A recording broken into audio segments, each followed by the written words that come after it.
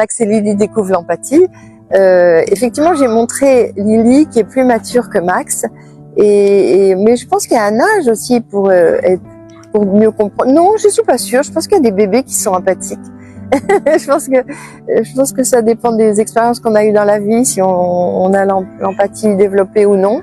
Mais là, j'ai montré Lily qui sort des cours d'empathie qui sont faits à l'école maintenant et qui essaye d'apprendre à Max à avoir de l'empathie, parce que Max se sent délaissé par ses copains, parce que il coupe la parole tout le temps, il se moque, et donc Lily lui apprend les rudiments de la communication avec les autres et de savoir se mettre à la place des autres, comprendre que les autres souffrent, et ça permet de mieux communiquer, d'avoir plus d'amis sûrement.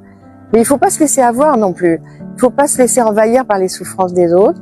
Il faut pas s'oublier complètement non plus. Donc c'est un juste mélange entre penser aux autres et ne pas s'oublier, être un peu égoïste parfois.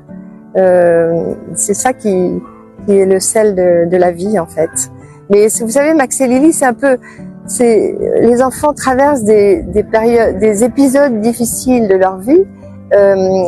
Et Max et Lily, ça agit un peu comme un vaccin qui inocule un peu de souffrance, mais pas beaucoup, juste pour que les enfants comprennent d'où vient la souffrance et comment il faut faire pour se défendre. Et du coup, après, ils développent des anticorps et ils sont plus forts après pour savoir se défendre contre les moqueries ou contre le découragement, contre la non-confiance en soi, et pour parler mieux avec leurs parents aussi, parce que Max et Lily, ça fait des conversations intéressantes avec les parents et avec les copains.